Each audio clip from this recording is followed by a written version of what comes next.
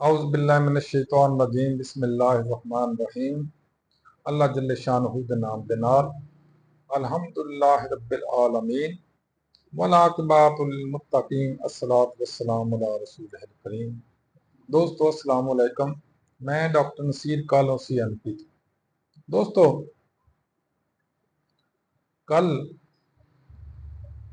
Chairman PTI ने पहले पिंडी के अंदर एक जलसे का ऐलान किया सी, लेकिन उस तो बाद वो जलसा मनसूख करके एहतजाज का ऐलान करता कि पिंडी के विच सारे च एहतजाज किया जाएगा।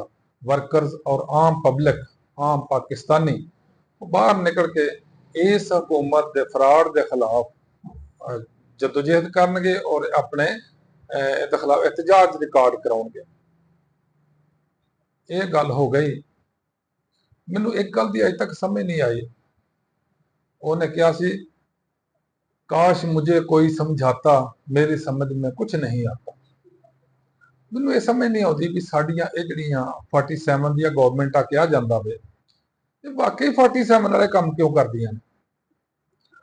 हर मसले च, हर काम च, हर इन्हां दी एक्टिविटी च ये पुठा काम खुद करते हैं और बदनाम साडे इंटैलीजेंस अदारियां नूं करते हैं। मैनू ये अज तक समझ नहीं आई कि ये हर चीज़ नूं गोल मोल करके रोटेट करके उन्होंने घुमा फिरा के साडे एजेंसियां की तरफ क्यों लैके जाते हैं। उसकी वजह यह आ जिहड़ी मैनू समझ आ रही है कि ये अपने कैलीबर ते इन्ना है नहीं, इन्हां दा अपनी इन्हां च इन्नी सोच समझ मतलब इन्नी खलास नहीं है कि ये कुछ अच्छा करन और उसदे वास्ते अच्छा क्रेडिट लैन। लेकिन ये चूंकि खुद क्रेडिट लैन जोगे नहीं आ, इस वास्ते साडियां इंटैलीजेंस एजेंसियां नूं भी बदनाम करवा रहे ने नाल, ना सिर्फ पाकिस्तान के अंदर बल्कि पाकिस्तान के बाहर भी, जिहड़ा कि इंतहाई गलत इन्हां दी सोच है इस गवर्नमेंट। देखो, अगर एहतजाज का ऐलान किया जाए या अगर किसी जलसे का ऐलान किया जाए, उन्होंने जलसा करने च इन्हां नूं की तकलीफ है, मैं तो अज तक नहीं समझ सकिया। अगर 1000, 2000, 10,000, 10 लाख, 2 लाख, 20 लाख बंदा भी इकट्ठा हो जाए अपना जलसा करना अपने घर च, इस गवर्नमेंट नूं की तकलीफ आ देना सवाए इस तो कि कौम नूं तंग करना, पाकिस्तानियों नूं तंग करना कि हर जगह ते कंटेनर लगा के सारियां सड़कां बंद, सारियां गलियां बंद, सारे बाजार बंद, सारे रस्ते बंद। जिस बंदे दे कल देखो वो बेचारे ਜਿਹੜੇ ਮਰੀਜ਼ ਸਨ ਐਂਬੂਲੈਂਸ 'ਚ ਪਏ ਉਹ ਫਸੇ ਪਏ ਸੀ ਇਹਨਾਂ ਦੇ ਕੰਟੇਨਰਾਂ ਦੇ ਵਿੱਚ, ਜਿੱਥੇ ਕੰਟੇਨਰ ਲਾ ਕੇ ਬੈਠੇ। ਫਿਰ ਕਰਦੇ ਇਹਨੇ ਚਾਬੀਆਂ ਲੈ ਕੇ ਪੁਲਿਸ ਵਾਲੇ ਕੋਲ ਰੱਖ ਲੈਂਦੇ, ਨਾ ਉਹ ਕੰਟੇਨਰ ਹਿਲਾ ਸਕਦੇ ਨੇ ਨਾ ਰਸਤਾ ਖੋਲ ਸਕਦੇ ਨੇ। ਔਰ ਫਿਰ ਪਬਲਿਕ ਨੇ ਇਹਨਾਂ ਦਾ ਸਹੀ ਇਲਾਜ ਕੀਤਾ ਕਿ ਉਹਨਾਂ ਕੰਟੇਨਰ ਚੁੱਕ ਚੁੱਕ ਕੇ ਪਰੇ ਸਿੱਟੋ। ਯਾਰ ਕੋਈ ਖੁਦਾ ਦਾ ਖੌਫ ਇਹਨਾਂ 'ਚ ਰਹਿ ਨਹੀਂ ਗਿਆ, ਕੋਈ ਅਕਲ ਸਮਝ 'ਚ ਰਹਿ ਨਹੀਂ ਗਈ। ਥੋੜਾ ਜਿਹਾ ਬੰਦੇ ਨੂੰ ਅਹਿਸਾਸ ਹੋਣਾ ਚਾਹੀਦਾ ਇੱਕ ਦੂਸਰੇ ਦਾ ਕਿ ਅਗਰ ਉਹ ਇੱਕ ਜਲਸਾ ਕਰਨਾ ਚਾਹ ਰਹੇ ਨੇ, ਗਵਰਨਮੈਂਟ ਨੂੰ ਉਹਦੇ ਨਾਲ ਕੀ ਤਕਲੀਫ ਹੈ। मैंने तो अज तक इसकी समझ नहीं आई। मैनू ये याद है कि इस तो पहले, इस गवर्नमेंट तो पहले या इस दौर तो पहले सन 22 अप्रैल तो पहले ये थोड़े जलसे करते रहे हैं। ये किन्ने उत्थे लै लैके जलसे कराची चलता सी, बिलावल भुट्टो साहब और लाहौरों चलते सी, हमजा साहब और मैडम मरियम साहब नाल चलते सी। उधरों अपने मौलाना साहब आगे लैके धरना लैके उत्थे आके बह रहे। उन्होंने तो सगों लोग गवर्नमेंट फैसिलिटेट करती सी, गवर्नमेंट उन्होंने फैसिलिटेट करती सी। ये पुलिस भी चढ़ा देंगे डांगो डांगी हो। एक्चुअली ये सिविल वार की तरफ जहां बुझ के गवर्नमेंट ले जा रही है इस कौम। अगर वो जलसा करते कर दो कि जलसे ना हुकूमत डिग पैन लगी आ, जलसे ना पहाड़ डिग पैन लगा, जलसे ना कोई बहुत बड़ा क्राइसिस होना, कुछ नहीं होना। लेकिन करते की ने, मुल्क नूं तबाही की तरफ ले जा रहे हैं। पुलिस लाइना खड़ियां कर लिया, रेंजर्स मंगवा ली, मार धाड़ कर ली, फायरिंग कर ली, प्लास्टिक दी गोलियां, आंसू गैस।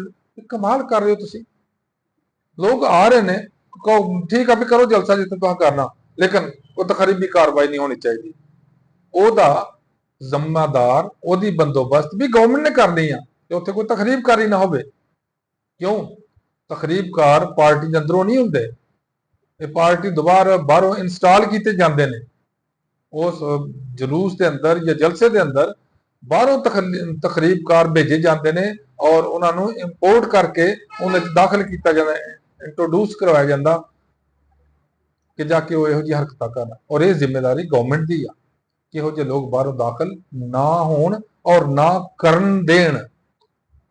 लेकिन कैलीबर ही नहीं है कि असीं इस लाइन ते सोचीए। वो मैनूं याद आ गई एक गल, तुसां भी शायद सुनी होएगी। खान साहब एक गल कहंदे हुंदे सी कि मैडम मरियम मेरी 12वीं खिलाड़ी है। वो क्यों कहंदे सी? वो इस वास्ते कि मैडम कोई ना कोई ऐसी फुल झड़ी छड़ दिंदी सी जिहदे नाल जनाब वो सारे का सारा फायदा किहनूं हुंदा? पीटीआई नूं हुंदा सी। हुण भी मैडम की गवर्नमेंट ਜਿਹੜਾ भी कदम उठाउंदी आ वो पीटीआई नूं एक्चुअली अनअनाउंसड फेवर कर रही है। और मैनूं नहीं इस गल की समझ आई कि जदों तुसीं उन्होंने इजाजत भी दे दिंदे हो जलसे की, फिर रुकावटां खड़ियां करन दा की मामला है? इजाजत देती है, करो जी जलसा। फिर तुसीं जलसा ऐसी जगह ते दिंदे हो इजाजत जिथे मंडियां लगियां ने। ਉਹ खुदा दे बंदे हो, तुसीं अपने आप ਨੂੰ इंसान समझते हो और बाकी सारी पाकिस्तानी मखलूक ਨੂੰ जानवर समझते हो कि मंडियां 'ਚ ਉਹਨਾਂ ਨੂੰ भेजते हो? क्यों? इन्नी अच्छी अच्छी जगह ਹੁੰਦੀਆਂ ਨੇ ਜਿੱਥੇ ਜਲਸਾ ਕੀਤਾ ਜਾ ਸਕਦਾ, ਉਹ ਆ ਜਾ ਕੇ ਤੁਹਾਨੂੰ ਮੰਡੀਆਂ ਹੀ ਨਜ਼ਰ ਆਉਂਦੀਆਂ ਨੇ ਡੰਗਰਾਂ ਵਾਲੀਆਂ। ਕੋਈ ਇਨਸਾਨੀਅਤ ਵੀ ਹੋਣੀ ਚਾਹੀਦੀ ਹੈ ਬੰਦਿਆਂ ਦੇ ਵਿੱਚ।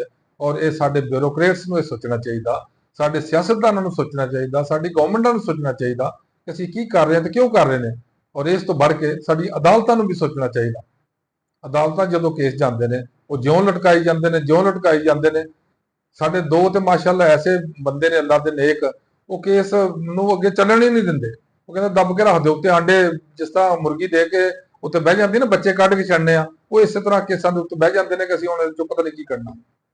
ਦੋਸਤੋ ਗੱਲ ਇਹ ਆ ਕਿ ਅਗਰ ਸਾਡੀ ਹਕੂਮਤ ਠੀਕ ਹੋ ਜਾਏ, ਸਾਡੇ ਸਿਆਸੀ ਲੋਕ ਠੀਕ ਹੋ ਜਾਣ, ਸਾਡੀਆਂ ਅਦਾਲਤਾਂ ਠੀਕ ਹੋ ਜਾਣ, ਅਸੀਂ ਅੱਲਾਹ ਦੇ ਫਜ਼ਲ ਨਾਲ ਸਾਰੀ ਕੌਮ ਠੀਕ ਹੋ ਸਕਦੀ ਆ। ਲੇਕਿਨ ਮੁਸੀਬਤ ਇਹ ਆ ਕਿ ਇਹਨਾਂ ਠੀਕ ਨਹੀਂ ਹੋਣਾ ਔਰ ਉਮੀਦ ਦੇ ਰੱਖਣੀ ਆ ਔਰ ਇਹਨਾਂ ਦੇ ਦਾਅਵੇ ਹੋਣਾ ਕਿ ਅਸੀਂ ਲੋਕ ਠੀਕ ਹੋਈਏ। ਅਸੀਂ ਠੀਕ ਕਿਸ ਤਰ੍ਹਾਂ ਹੋ ਸਕਦੇ ਆ ਜਦੋਂ ਜਿਸ ਬੰਦੇ ਦਾ ਹੱਕ ਉਹਨੂੰ ਹੱਕ ਨਾ ਦਿੱਤਾ ਜਾਏ, ਜਿਸ ਬੰਦੇ ਦਾ ਇੱਕ ਬੋਲਣ ਦਾ ਹੱਕ ਹੈ ਉਹਨੂੰ ਹਾਸਲ ਹੈ ਕਿ ਉਹ ਆਪਣਾ ਇਜ਼ਹਾਰ ਰਾਏ ਕਰ ਸਕਦਾ, ਉਹਨੂੰ ਇਜ਼ਹਾਰ ਰਾਏ ਨਾ ਕਰ ਦਿੱਤਾ ਜਾਏ, ਉਹ ਕੀ ਕਰੇਗਾ? ਉਹਦੇ ਅੰਦਰ ਤੁਸੀਂ ਦੇਖੋ ਅੱਧੇ ਪਾਗਲ ਜਿਹੜੇ ਉਹ ਕਿੱਥੋਂ ਹੋਏ ਹੁੰਦੇ ਨੇ ਪਾਗਲ? पागलपन ना, जो भी तोड़ फोड़, जो बदमाशी, जो गुंडागर्दी हो रही है, एक्चुअली नर्वस ब्रेकडाउन है। क्यों कि जो उन्होंने अपना कानून के अंदर रह के काम ना कर दिता जाएगा तो फिर वो की होएगा? गैर कानूनी काम लोग करनगे।